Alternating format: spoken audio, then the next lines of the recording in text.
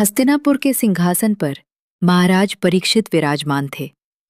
वे अर्जुन के पौत्र और अभिमन्यु के पुत्र थे। उनके राज्य में चारों ओर सुख शांति थी। लेकिन समय का चक्र घूम रहा था। कलयुग धीरे धीरे अपने पैर पसारने की कोशिश कर रहा था। एक तपती दोपहर राजा परीक्षित शिकार के लिए घने जंगल में निकले। शिकार का पीछा करते करते वे अपने सैनिकों से बिछड़ गए।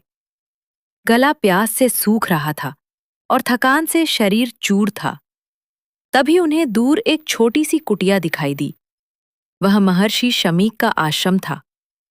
राजा आशा के साथ अंदर पहुंचे और देखा कि महर्षि आंखें बंद किए गहन समाधि में लीन है। हे ऋषिवर, मैं हस्तिनापुर का राजा परीक्षित हूं। मुझे बहुत प्यास लगी है। कृपया थोड़ा जल पिला दें, परीक्षित ने पुकारा। लेकिन ऋषि तो ब्रह्म ज्ञान में डूबे थे। उन्हें राजा की आवाज सुनाई ही नहीं दी। कलयुग, जो राजा के मुकुट, जो सोने का बना था, में छिपा बैठा था, उसने राजा की बुद्धि हर ली। परीक्षित को लगा कि ऋषि जानबूझकर उनका अपमान कर रहे हैं।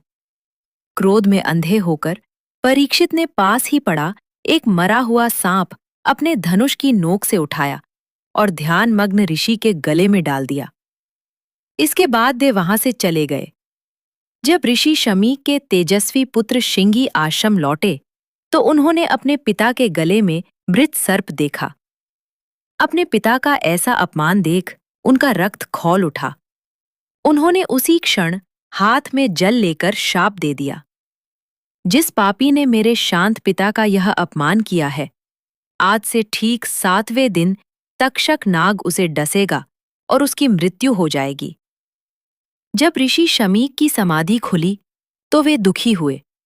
उन्हें पता था कि राजा परीक्षित एक धर्मपरायण व्यक्ति हैं और यह सब कलयुग के प्रभाव से हुआ है।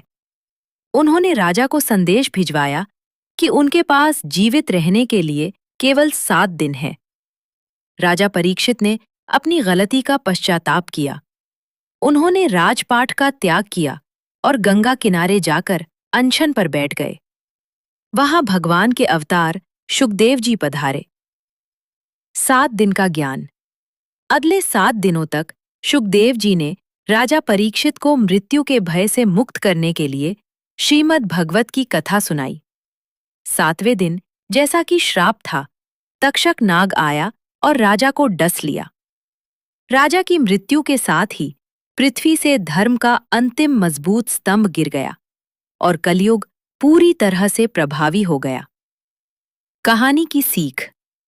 एक क्षण का क्रोध और विवेकहीनता केवल एक व्यक्ति को नहीं, बल्कि पूरे समाज और इतिहास की दिशा बदल सकती है।